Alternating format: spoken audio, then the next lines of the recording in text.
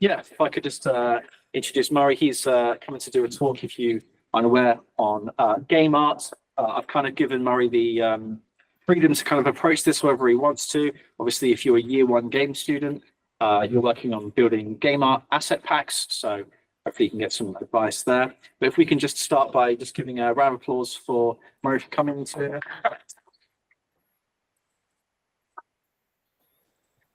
Fantastic. So, Murray, what I'll do is I'll mute us from now, and then I'll unmute from later. So, yeah, take it away. Okay, well, thanks so much, Paul. First off, thank you so much for inviting me along to do a talk. It's a privilege to be here, and it's nice. I mean, from the view I can see, it's a packed room, so thanks very much.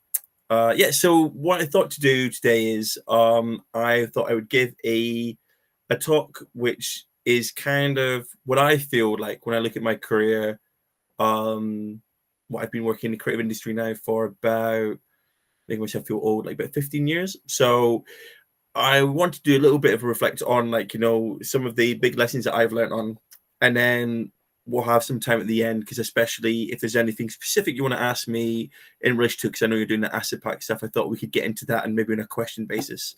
But yeah, so the name of my talk is "It's Not How It Looks, It's How It Feels," which is something which is quite important to me. If I turn my mic off, can you hear me? Thumbs up. Yeah, okay, good. So let me click here. There we go. Like a professional. First things first, as a disclaimer, you know, when I'm sitting here and doing this talk to you, I like to always say, like, everything I say is based on my own personal experience and thoughts. So take anything you want in a way that you find useful. But especially when I was in your shoes and when I was at university, when I've been to talks, it used to always kind of grind on me when people spoke with like an authoritative kind of gospel. Now, when I don't want me to be here sitting here and telling you this is exactly how it is. Everything is from my experience, and if any of that is, you know, usable, great. But I think it's always a good practice to be critically thinking. Anyone who's talking to you, to kind of, you know, evaluate and take, you know, think about that. I'm going to take that out. I think that's causing me a problem. I think my mic's causing me a problem, but you can still hear me okay? Yes, great. Okay, perfect. So getting into it. Who is Murray Somerwolff? Yes, it's me. I graduated in 2010. I did an illustration degree first. So the beginning of my career, I lived in London from 2010 to 2017, and I was an illustrator. My way that I worked was doing a lot of like weird kind of like, you know, kind of like this kind of underground alternative kind of like subculture illustration. One of the hard parts was, you know, in a very similar way to yourselves, coming into the world with the economy and everything being, especially the creative industry, being kind of like a little bit, you know, shaky, to put it one way. In 2010, there was like, after the world, you know, the global crash. I had moved to London. It was a similar thing. So for my whole entire illustration career, I never actually worked full-time freelance. I was constantly working as a barista, art technician, working all these things, trying to, like, you know, cut my teeth, trying to make a name for myself and become an illustrator. But then when I got to 29, I had a bit of an existential crisis. And then I made a pivot into indie game development. And that's what I've been doing for the last 7 years. No, actually, we're coming up to 8 years now. So, and I've worked on a bunch of titles. I've worked on, the moment the game I'm developing is Waxheads. I worked at a studio called Triple Topping, where I shipped a game called Spitcase. Welcome to Elk. I pitched and co-developed the concept for Dead Pets Unleashed, which hopefully we'll see the light of day one day. And like a bunch of other like freelance projects and whatnot. And yeah, what I want to do is like, you know, that whole little spiel of my career that I've just given you, I want to go back and dissect it. I want to like talk about some bad practices and helpful realizations that I've had over the time since being an illustrator into like an indie game developer. And what I first want to get into is so coming out of university, graduating kind of stuff, that my mentality was this grind set of draw. Like, you know, I was going to draw all the time, because as artists, what do we like to do? We like to romanticize our suffering, you know, the hardship. So I would constantly be like, the one thing I need to do is I like, you know, have to be drawing, have the monkey in my back saying like, any free moment I have, got to fill it with drawing. And that's what I did. Like, I just drew all the time, and like, you know, I drew some cool stuff, but also I drew some I drew some bad stuff, because it became more about the act of drawing, like, you know, more about, like, it felt like to me by like going out at a party and then being out, and then suddenly like about getting 10 o'clock going, oh hey, I'm going to go home and draw now, and people going, hey, just stay out. And I said, no, I've got to go home and draw. And that idea of self-sacrifice seemed like, by doing that, oh, I'm going to make it. That's how you know, like I got like cutting off the ear, right? Like that's how you make it. But the truth was, and I always say, I hate this slide, but if I wasn't really critically evaluating my work. See, so what I was doing was I was drawing all the time, and I picked these two illustrations here, not because they're like the only kind of stuff to say that I was doing at that time, but 2012 to 2016, that's a 4-year gap. You would expect to see some growth or some trajectory of progress in my quality of my work, but it wasn't. I wasn't really actually looking at my work and trying to think, what am I doing? What am I doing better? I was just in this tunnel vision of more is more is more is more. And then I, you know, like I said, I was living in London for like what, till 2017. I was 29. I was working as an art technician at this point, and there was a GCSE class after school, 16-year-olds who said to me, oh, are you a college dropout, sir? Now, I graduated for first. Not that anyone, like, you know, unfortunately, tell you with an art degree, no one really cares what, it's your portfolio that matters. But like, you know, still, I got a first, and I was very proud of it. And this GCSE group go to me like, you know, you a college dropout? And I say, no, you know, I got a first. And now they say, oh, so is this your dream job, being an art technician? And I was like, well, no, but I've like, you know, trying to walk a fine line of telling these kids that, hey, you know, washing your paint pots is not what I want to do with my life, but also not trying to sound like a failure. And this really instilled in me a kind of like spiral of existentialism, going, what am I doing? You know, what's now? Luckily at this time, you know, indie game development had started to branch out. I'd always been interested in games as an art form, as a medium, and I decided to take, like, you know, a bit of a dive into. I moved to Denmark, which I have to say was the last kind of vantage points of before Brexit had come into place. I was able to move to Denmark to get a stipend to study game design in Copenhagen, and it was great. Like, basically taking this plunge, I went in and I threw myself into it. So, you know, I'm 30 years old. I'm like learning games, and I told myself that I'm going to take every opportunity I can to make this work. And one of them was, as part of my semester, I could intern. And I got to intern at this studio called Triple Topping, who happened to be making this game called Spitkiss, which was and there was like, it might feel weird now, but there was a golden period where you could make premium indie games for mobile. Doesn't really happen so much anymore. It's not really a viable model, like maybe of Apple Arcade, maybe. So by chance, they're working in an art style which is quite similar to mine, and like, you know, my perfect fit, and it's great, it's perfect. And through that, the act of working on this, because we're such a small studio, and because I throw myself into it so much, I get given the opportunity to art direct this new game right from the ground up, called Welcome to Elk.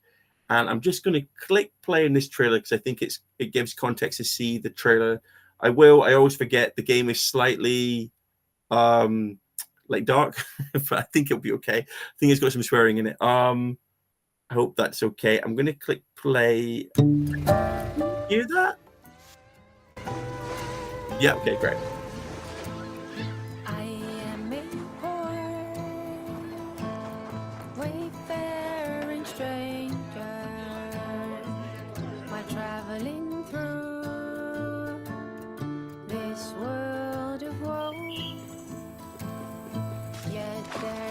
Sickness, no toil or danger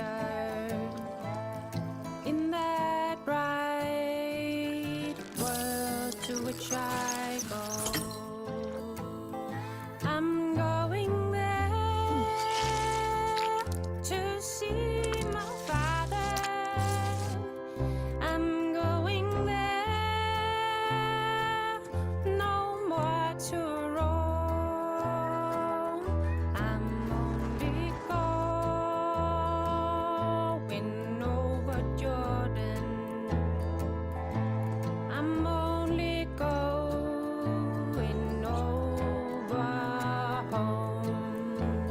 the day Daddy died. I never forget.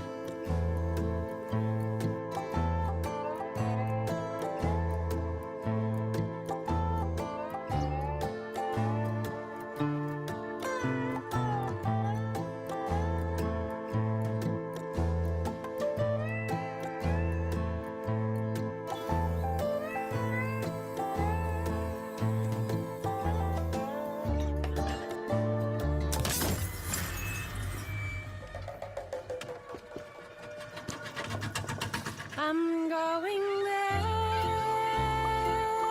to see my mother. She said she'd need. Okay, so yeah, I'm gonna click on this. I'm gonna try and play it. There we go. Give me the arrow. No. There we go. So yeah, I worked with this game from the very beginning right to the end. So it was my first experience of the whole entire pipeline of making games. And I mentioned this. I'm still very proud of Welcome to Elk. I think it's a very odd game in its whole creation process. The idea of working on a game like that now and getting paid for it seems bonkers to me. But we did it and it came out. But at the same time, I can really look at this process and within my career as a turning point of a lot of it had a lot of all my probably the worst parts of my practice and the best parts of my practice all working in tandem.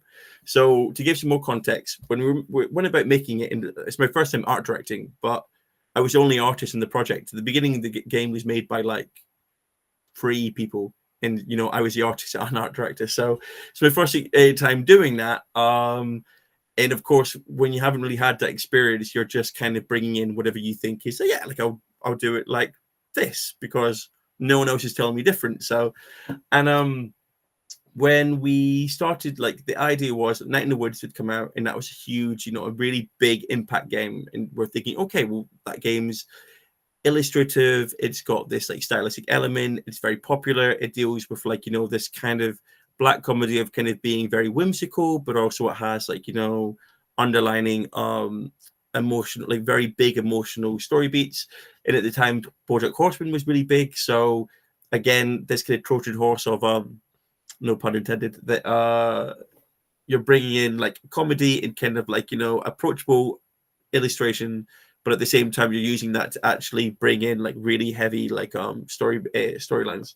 So that's what we'd want out to do, because the game was based on these real stories of really heavy dark narratives, which we were trying to tell in a way which didn't feel like it was being faithful. We never wanted to make people, or the sources of our stories, feel like they were the butt of the joke. At the same time, try not to make it that people played this game and were like, oh my god, this is the most depressing thing, why am I playing this? So we go in the process of doing it, and like I said, I'm proud of what we did, but looking back at the trajectory of my art up to this point, I kind of almost managed to fall into this kind of conveyor belt of just through what I mentioned before, of this grind mentality of just work. I've managed to somehow get myself into a position where I'm art directing a game, but I'm still not really reckoning with the critical reflection of what I'm doing. Everything's kind of more in a reactive sense. So I'm hey, I mentioned these references before, BoJack Horseman in Night in the Woods, but in my head, I'm well, Night in the Woods is an illustrated game. This is an illustrated game. They're doing the same thing. I'm not really actually holding them up against one another. So when you look at, for instance, when you look at Night in the Woods, it's graphic, it's so slick, the muted color palette. There's a certain maturity and understatement embedded in Night in the Woods that when you play it, when you see it, so yes, it's whimsical, but there's something about it which reflects its kind of more mature storytelling. While Welcome to Elk, it's working in a jarring, contrasting sense to the art style. Looks more like a kid's book, which I'm not saying is a bad thing, but it wasn't done in completely intention. I was trying to make something approachable, but I wasn't really aware of how much I was kind of working on those two kind of contrasting points. I just thought I was doing the same as Night in the Woods. And the problem with making anything making art inside capitalism is that, and this is when I say this, of course, we can make art and do things for ourselves and community and that kind of base. But with all of you doing doing a degree, like studying, I understand that in the same way you want to make a living out of it. You want to be able to buy your food shop, you pay your rent and that kind of stuff while getting to be an artist. So the difficult thing is you have to walk this really fine line between taking swings and doing weird stuff, which Welcome to Elk is weird, but at the same time you want it to be commercial. I mean, or at a certain level, I'm not saying that we're sure, it'd be great if we could all get Balatro money. Balatro was insanely popular, but even within that scope, if we can't hit Balatro, we kind of want to hit some level of commercial success where you're able to keep doing it, right? We want to keep working, as I say, enough to sustain you. And before I jump onto that slide, and the thing with Welcome to Elk is it critically was really well received, and everyone who played it really liked it.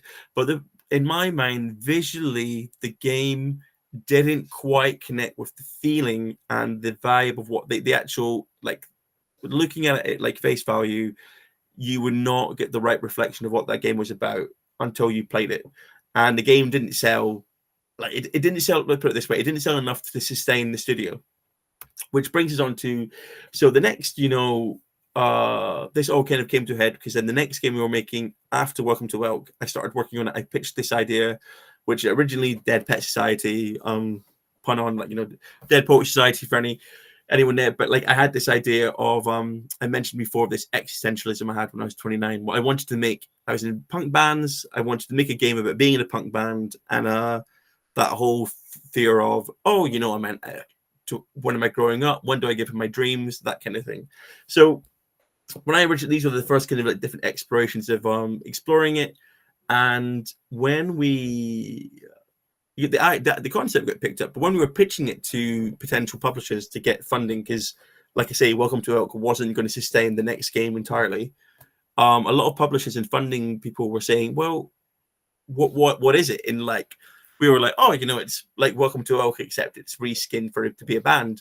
And quite rightly, people were going to me, but if Welcome to Elk didn't sell well, why are you just kind of rehashing out this thing and trying to do it again?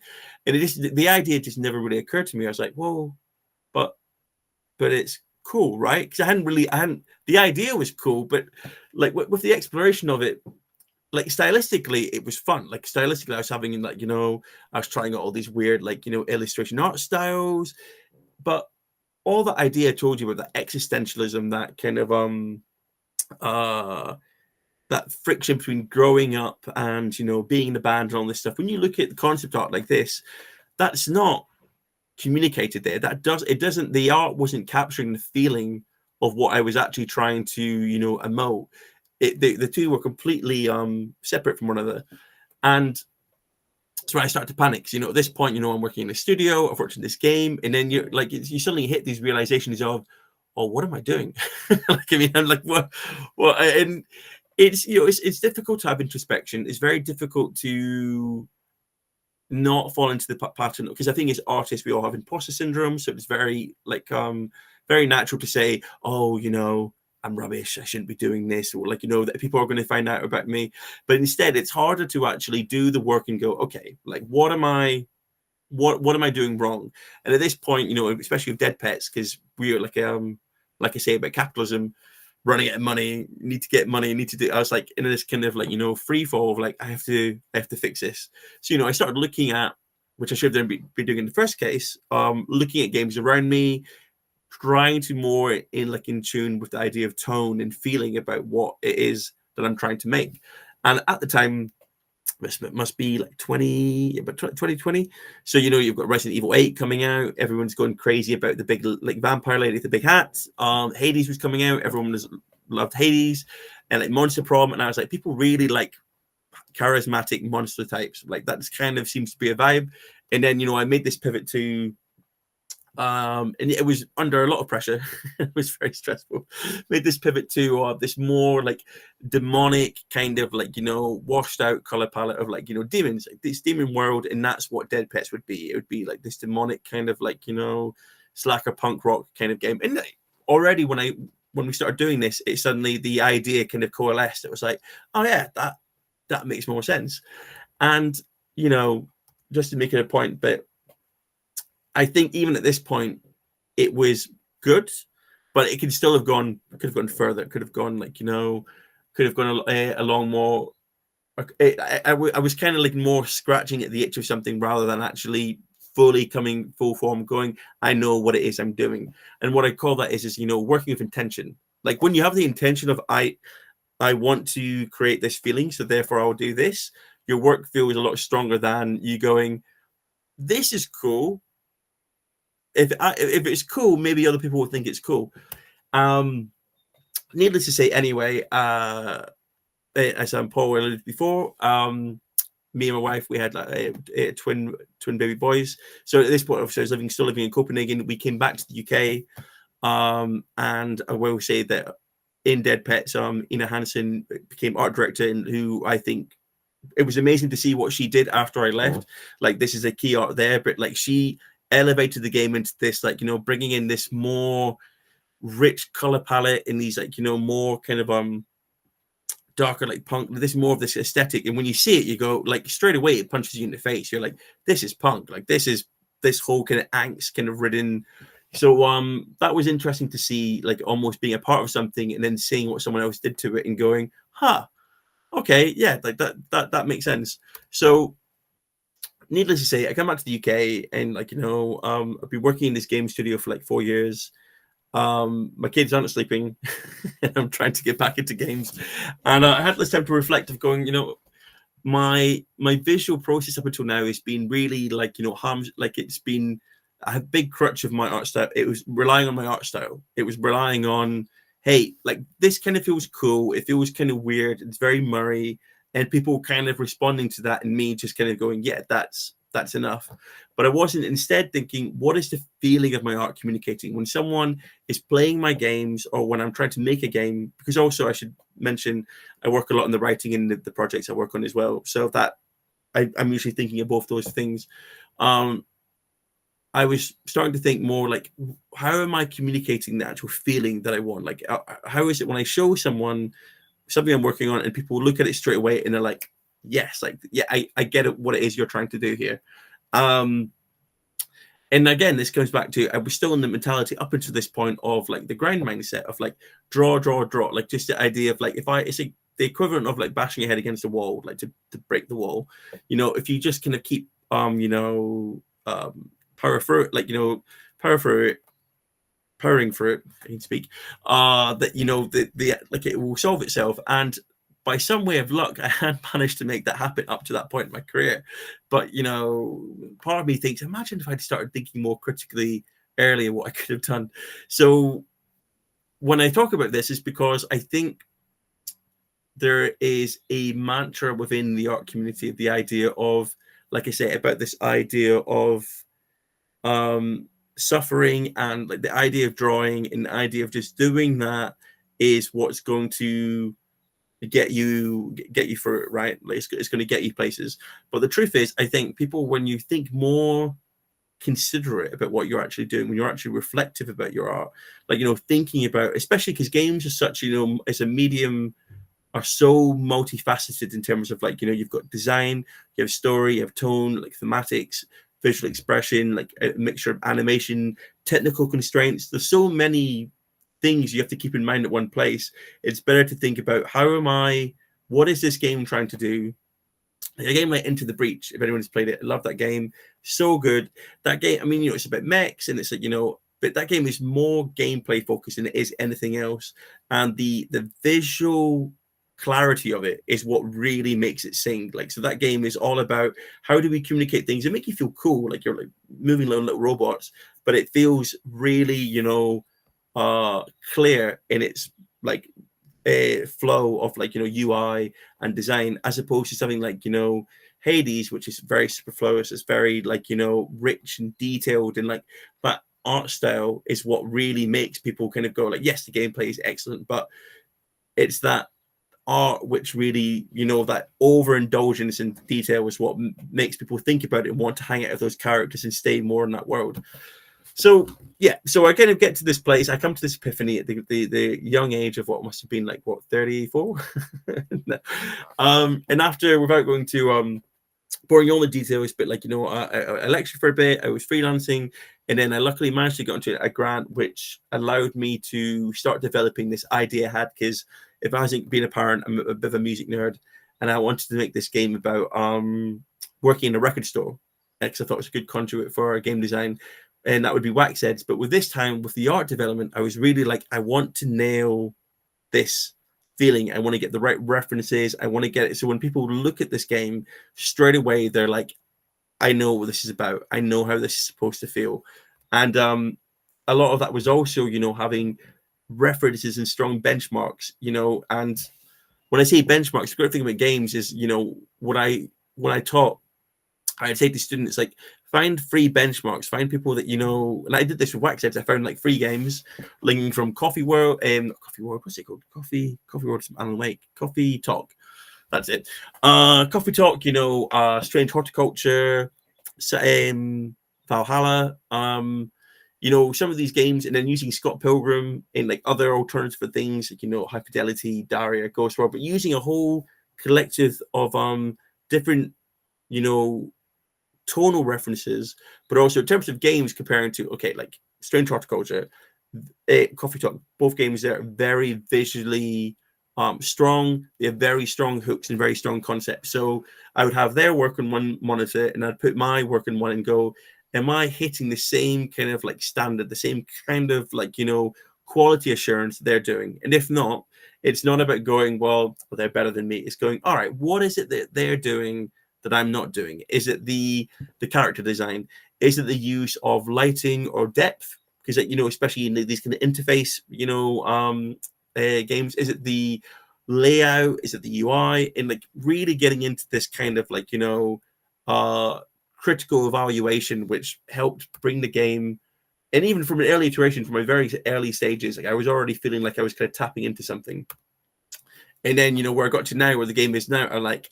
And it's the first project I've worked on where I can feel, and I mean, it's very common. Like I think all artists I know, you have that kind of like, you make art, you're like, oh, I kind of hate it. But I can say actually hand in heart that it's the first game I've worked on where like my artistic project where I kind of look at it and go, yeah, I think I'm like, because I'm hitting the feeling that I want, that's, I'm kind of locking onto that feeling that is what I'm aiming for. And when I know, when I look at it, when I can feel that, that grungy kind of like aesthetic, that, kind of sun, like urban, like when I used to live in London, the thing, and everyone's kind of different to this, but the thing I hang on to is I remember going to a punk gig, and it was in the summer, and I remember coming out, wearing my jeans and that kind of stuff, and it's like kind of smoky, hazy because of like, the London, and the sun's beating down, and I remember I was like really full of this euphoric feeling, but it's all kind of like a bit dirty and grimy. And I remember that feeling in me, and I go,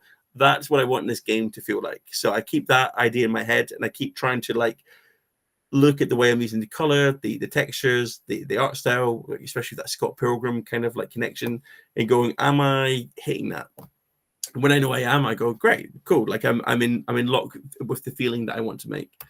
And just to, actually, I've got this. I'll play a very quick trailer of Waxheads just to be slightly narcissistic. Let me do that.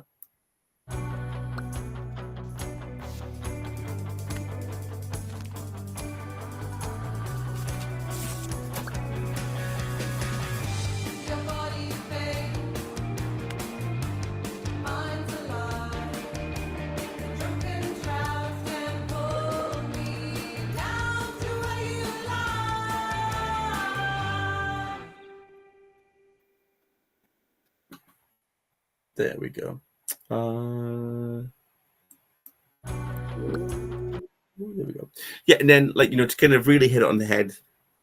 This is the key art. The key art is like if anyone doesn't know, it's kind of like your box art. It's the thing which you use for all your marketing material, and you'll use it time again and again and again and again. Which in its most like its simplest form is trying to communicate in the best possible way what your game is about, feeling wise. It's the thing which is supposed to make people stop and go, I want to play that. When you look at the Welcome to Oak one, it doesn't really, for what that game is, like it communicates the weirdness and the kind of like off-kilter nature of it, but it doesn't really. I'd be hard pressed to see if people looked at it going, they'd be like, it's an adventure game, it's a silly game, it's, you know, like, I mean, a guy's holding a gun, and there's a guy holding behind it, like, who looks a bit unsure, so you get a slight sense of that something's off, but generally it's kind of like a storybook illustration. You don't really claim anything of it. While the Wax Head is one that, you know, it helps that the game's set in a record store, so like she's on the record, but it has the visual like cohesion in a way really kind of transports you to, okay, I know this game is operating on. I get the kind of feeling of the kind of music, the kind of like the dialogue, like what it's going to do. You might not understand all the gameplay, but at the very least, in terms of like tonally, what you think that game's going to do. And then, you know, to wrap this back around to when I had that previous slide between the 4 years difference, I really feel like, you know, in this latter part of like, you know, in the last like 7 years of my career, the growth jump has been like insurmountable. It's been huge because I've just got in the habit of critically evaluating my work, which is, again, it sounds that I feel crazy when I say it.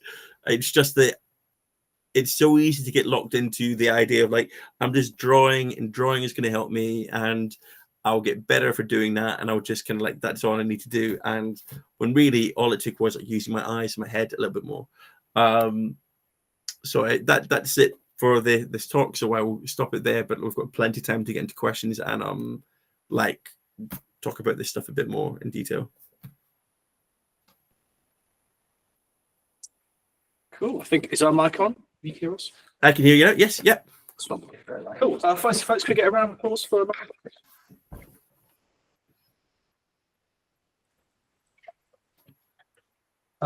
yeah, folks. So if anyone has a question, just pop your hand up and ask, and then the microphone should pick you up wherever you're sitting. So there's no need to do anything special. Yeah, anyone want to jump in with a question at all? Yeah, cool. We got one. What's the furthest you think you've gotten out of your comfort zone with the project in regards to the art? Oh, it's such a good question, actually.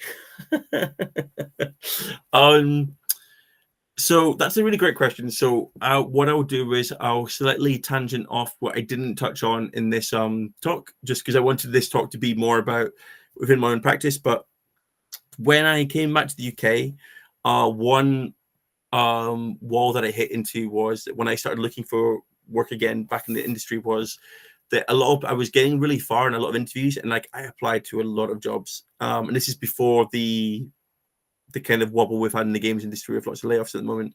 This is like 2022. And I was getting really far into interviews, but the response I kept getting was people going, like, we really like you, we really like your style, we really like what you're about, but it's not a fit for us. And then when I started getting a pattern of those kind of responses, I started to panic a little bit and go, okay.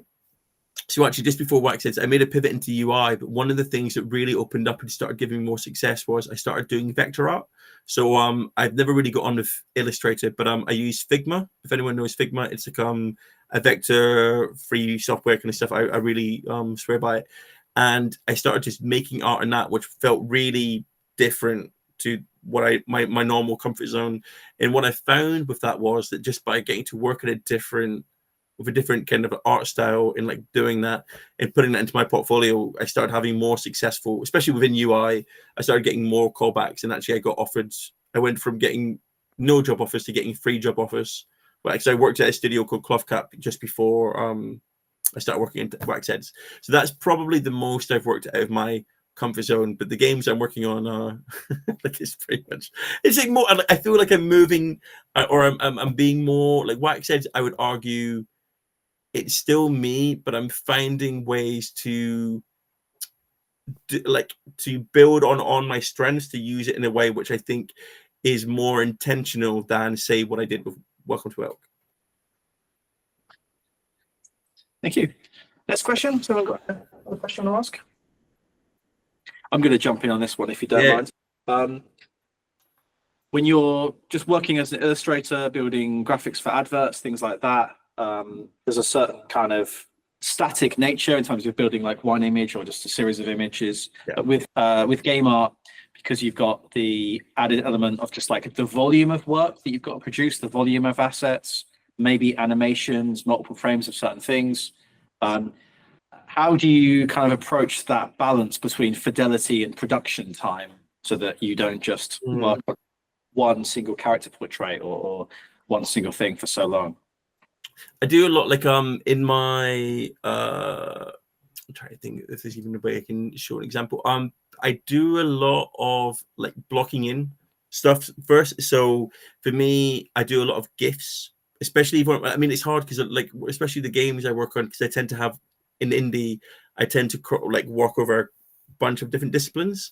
So I'm rarely, but even in the ones where I've been working freelance, what I tend to do, if I'm unsure about how something's going to feel, I will try and mock it up really quickly in a GIF with whatever like formats I've got. Because then if I see some movement on the screen in like a really, even if it's a really rough, like, you know, I'm not making like high fidelity, I'm making quickly, how does this thing open up like a UX, almost like a UX thing of like, what happens if I press the button, or if this guy comes in, or this guy moves, and I get a sense of if things look all right, if they look pretty good in a really horrible rough format, I'm like, okay, well, that's a good sign. That's, you know, because you can kind of sometimes, the worst thing to do, again, to give just a very quick anecdote, when I was in my master's, I worked with a student who was like one of these artists. Some people just have a knack, have an eye, and he was so talented.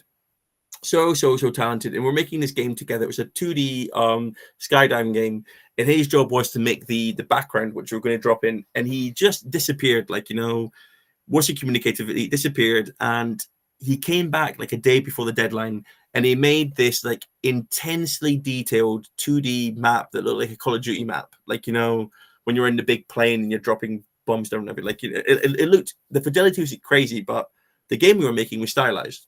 So it was, although he made this beautiful map, it just did not work at all with the game they were making, which created this whole stressful, you know, like last minute pivot. I mean, he turned it out, but it was the whole way it worked about. I was like, this is not a good way to operate. And that's why I always think that as early as possible in games, having like rough iterations, even though there's that kind of tendency to be like, oh, I want it to look just right. It's like whatever you can do as quick as possible to get stuff in. And if that's yourself getting an engine, or like working with your programmer, your tech team, whatever you can do to quick as possible see things sitting together on the screen. Because a lot of, I think, making games is information. Like, you're trying to get as much information as possible, and you're also trying to find edge cases. Because, you know, sometimes you'll draw something and be like, this looks awesome, but then when you actually apply it to the background, whatever it is, when something starts moving, it just goes, oh, like, I can't read the player character, or I can't see that weapon or the UI that I've chosen for like all the you draw these really high fidelity like weapons for like an inventory, and then when you actually downscale them and put them into the game, you're like, oh. So I think that's the best advice I can do is as much as possible, as quick as possible, is finding ways to block in and getting information to how, you know, what you're doing. Because really you want to get to a place of getting that confirmation of what I'm doing is right. So because then I feel like for myself, when I get into production mode, like one is like for like Wax Heads, now I know how characters are like, you know, in terms of size and like all the role set I've made so many, I can actually churn out characters for this game really quickly now, because I know I have all the information I need, except for like, you know, just aesthetically the design. I know they'll fit in. I know what colors work. I know, and because that's what you want. You want to get to that place of where you are efficient with your time. So I think the first part, the thinking, the really heavy thinky part, where you're having to use your brain more and work out the design to make sure visual parts are lining up with the game design. I think that's where you want to like block out and like try and do things as cheap and as rough as possible before doing anything heavy. Like, don't do any rendering until you're I mean, that's if you're putting things into the game. Yeah, like not marketing. And always ask for feedback. Like, always, communication is so key. Like, you know, just being able to talk to your leads or talk to anyone and go, hey, like I mean, my the secret for me is my wife is my art director. We both studied illustration together, and she doesn't work she works as a therapist now, but I still get her to come up and go, can you just quick scan of this? And she'll be like, that looks rubbish. And I'm like, great. So like, it's good having someone to kind of get like information off. So you're just trying to avoid because like that's the thing about games. You're trying to avoid as much as possible doing the cardinal sin of I've spent all week drawing this really delicate, especially animation, like animating or creating these really detailed models or like this stuff, and then only to find out none of it works, and like that's just painful. So yeah. Cool. Yeah, thank you. Hmm. More questions first? Yeah, Andrew, we go again. As the art director, how much do you consider gameplay, and how do you successfully marry style and gameplay together? It's a tricky one to answer purely because, to say, take Wax Heads, I'm also the designer. So I'm thinking about all of them. When I worked, like, for instance, working Welcome to Elk, like you're usually, so to take let's take a regular, like a hypothetical indie game where you have a principal, you have a game designer, programmer, and like, you know, as an art director, you're kind of having to have communication in what you're trying. Like a lot of the times, I think what really helps, what I've learned is I'm art directing another game which I can't talk about, but we're talking, because I'm not designing that one, and we had a conversation this morning, which was the designer was really like, I want all the information on the screen at once, and it's like, okay, cool, but from an art direction point of view, we're like, what are we thematically trying to communicate? Because if we want this really rich, like detailed art style, that's going to make things really crammed. Like it's going to make the screen. So then you're kind of trying to, as an art director, you're not trying to like fight with the design. You're not trying to go, well, no, art beats design, so we're just going to do whatever. You're trying to go, okay, what is the design? What is the objective of the design? And what is the objective? What is the feeling of the game? Like, is our game a silly Mario game? Is it, you know, like a really serious kind of like, is it like a visual novel? Like once you have those kind of like, you know, things in mind, you're trying to then kind of find the best way forward. So, because ultimately in my head for this game that I'm talking about this morning, I would have like a much more bigger map and like, you know, a roaming camera and all these extra features, which were like, we can't do that. I'm like, okay. So you, with the constraints you have to try and work out. And it's like the way, again, with blocking it out, I try and block something out. So in this case, I blocked out very quickly how far out can we zoom out before things just look like trash, and then go, okay, this is what we have to work with. These are the constraints. And then within that, it's always iteration. Like that's one of the things as well with games. You have to just keep carving away, like you're just going, try this, okay, let's try that. But yeah, I think definitely of art direction, it's trying to, the more I honestly believe that it's really good. So, you know, I don't know if anyone's here done programming. I think I'm not saying you should become programmers. I think it's good to just mess around with, it's a game jam or anything else with making games. The more you have an understanding of what it is to make a game in its entirety. So like I made a game called The Lump, which is a Twine game. So if anyone's used Twine is a web-based program, which is just text. It's like, you know, like open the left door, open the red door, but like you can put art on it, you can do stuff, and I think with that you can very quickly get a taste of game design and thinking about stuff. And the more you have that in your mind, the more you're able to like communicate with designers. And because, you know, the problem with art is if you're not artistically inclined, some people really don't like, because some designers will be very kind of like defensive with their like they'll be like, no, but the design has to be pure, has to be this. But, you know, and again, this capitalism thing, but it's like, yeah, but if the game looks crap, then no one's going to play it. So you have to find this magic balance. So I would advise, as an art director, it's really good to get your head around what is the game trying to do, and then how can through the art style and through the art direction, how can we best convey that, like both in terms of feeling, again, like that feeling. So it's not just about the gameplay, but about, like, you know, the thematics. Like, you know, is it a game about loss? Like, you know, there was that game, the ones who made Gree, the Spanish studio, they made Never. Is that what it's called? Does people know what I'm on about? It's the one of the girl and the wolf, or is it a fox? Crap, I can't remember. I've got kids, so I can't remember anything anymore. But it's like, you know, pixel art, and it's like that game. It's very like their games are like they're these really beautiful and really like personal like feelings, but then you can tell within the color palette and the way they do stuff, like it's got this kind of loaded in kind of feeling of like epic. It feels epic. So like as an art director, you want to like communicate that of going, we don't want this to just be like, we don't want to look like Mario. Yeah, it's got platforming in it, but we want it to like feel like it's of substance. So I think that's a big part of it. Cool, nice. Any more questions, folks? Yeah, go on, Aaron. How do you decide what kind of color palette to use for each project, and what do you sort of take into consideration when deciding on a palette? It's funny because I get asked about, I used to hate when I was a student at school, I hated colors. I did everything in black and white. She's like, color sucks. So I just wasn't really good at it. And then after a while, I just got good at it, but I don't really know. I've got colors I just like I've got some orange and like pinks and yellows. I just really like that. Whenever I start a game, that's what I start doing. And I'm like, okay, is this going to be the color part? It's going to be something else. I think again, it's about. And this is where references are good, right? Like, it's good to think of like, okay, I'm making a game and it's going to be like a noir kind of detective game, and it's going to have a kind of David Lynch vibe to it. So the first thing I would then be like, okay, well, let's look at some stills from like some David Lynch films. And then you look at it and go like, how does he use color? Where like, and you can also look up games, but like just getting inspiration from looking at like,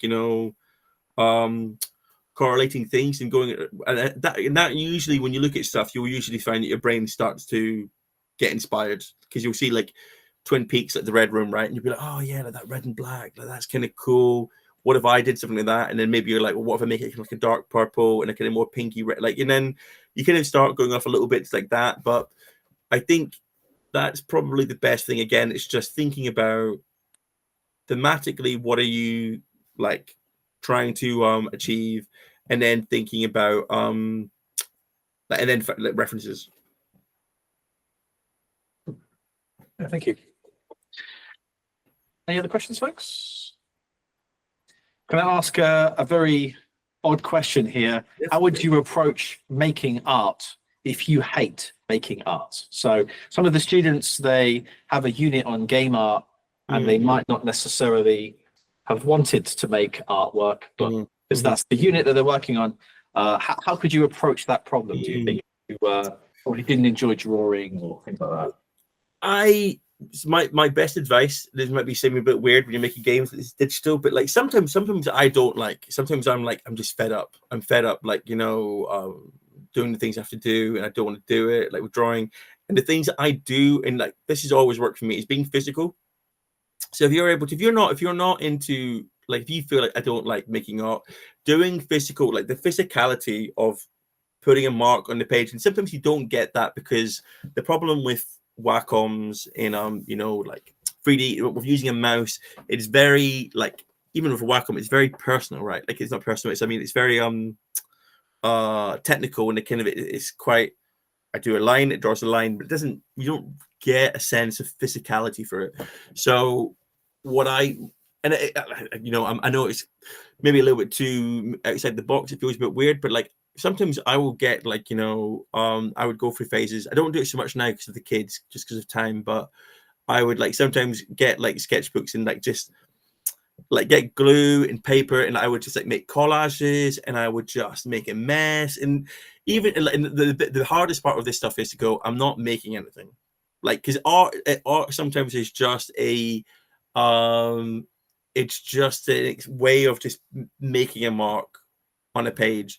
But if you just do that, because the cool thing about games, and again, like we talked about commercial, like I can get into a whole different talk with me being about how to pitch your indie game and how to get a game picked up in like art direction in that point of view, and that's a whole thing. But in the medium of just exploration of knowing how to make games and knowing how to like make art and like do things, it can be like, has anyone seen Jadiro? Has anyone seen the game Jadiro? Does anyone know what I'm on about? Please check out Jadiro, and also they've got a new game which I'm going to even look up because I want to make sure I get the name right. Machina. They're basically the Scottish. I can't. I'll message Paul afterwards to let him know the other game. I've lost the chat now. What they say? They're like the Scottish guy, and like he's handmade everything.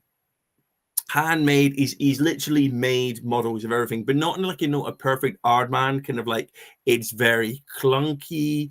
It's very like janky, but it is just like you can see in it. It's the best use case I can say for like to hell with it. Like if you just do follow your own voice and make your own thing and make it your own way. Like the enemies all move, like the animations are really weird, the characters are weird, the voice acting's weird, like the UI is all like Play-Doh, like which is rolled out, which is just photographed.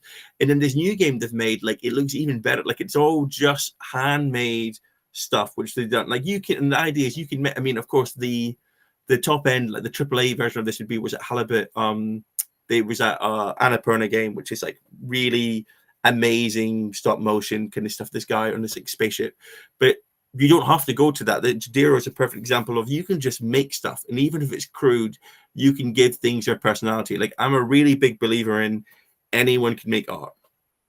I mean, obviously, people who spend more time on it and like devote themselves, like to refining that, you will be able to make art in a maybe a slightly what you could argue a more sophisticated way. Sure, but anyone can make, like anyone right now can grab a Wacom and like draw a bunch of stuff, get a bunch of frames together and make like a walking animation. And like, I mean, I love like janky things, like, when you see like games made with like people just moving in the weirdest way. Like there's something, one of the magics of games is being able to create digital spaces.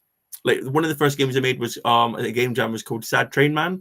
And it's just about a guy who's on a train and he's sad, and you're this little jelly thing. And like, I couldn't put any other because I was a rubbish programmer. But all you could do is you like slide around the train while like Aphex Twin sad music plays. But like, it feels great. It feels cool to. And again, if there's any show notes or anything that I can send to Paul, if it's helpful, I'm happy to send that, because if that's inspiration for just having a go. Like if you don't like art, but there's nothing like if you just have a go and make shapes and things move, I would be surprised if you didn't feel a little bit of magic inside you, like fire up a go, like seeing something you've quickly drawn, even if it's get pictures off online and cut them out, make them move. I mean, that's still like you'll get a magic from it. That's the magic of games. So I would hope that if you muck around with that, you'll be able to find some connection to that. Even if it's like, I'm not going to become an artist, you're able to find some pride in, hey, that was cool. Like I made something and it like worked. Yeah, cool. I think we've got time for one more question. So if anyone has got something before we wrap up, please say. The shyness of students, of course.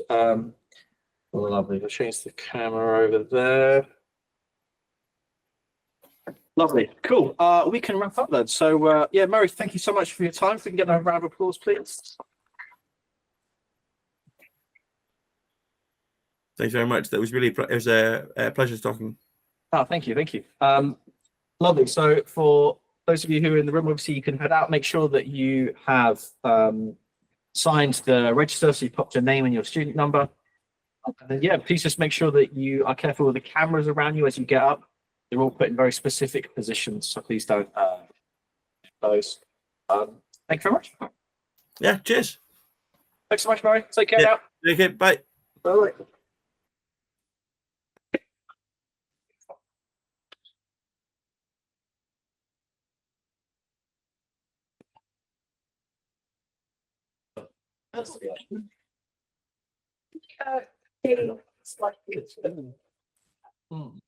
Where do we do what we did last year, where we just send in a letter to the office with the money, or is it? Now it's a QR code to scan. So if you get the letter on the classroom screen, it's just a QR code to scan, and then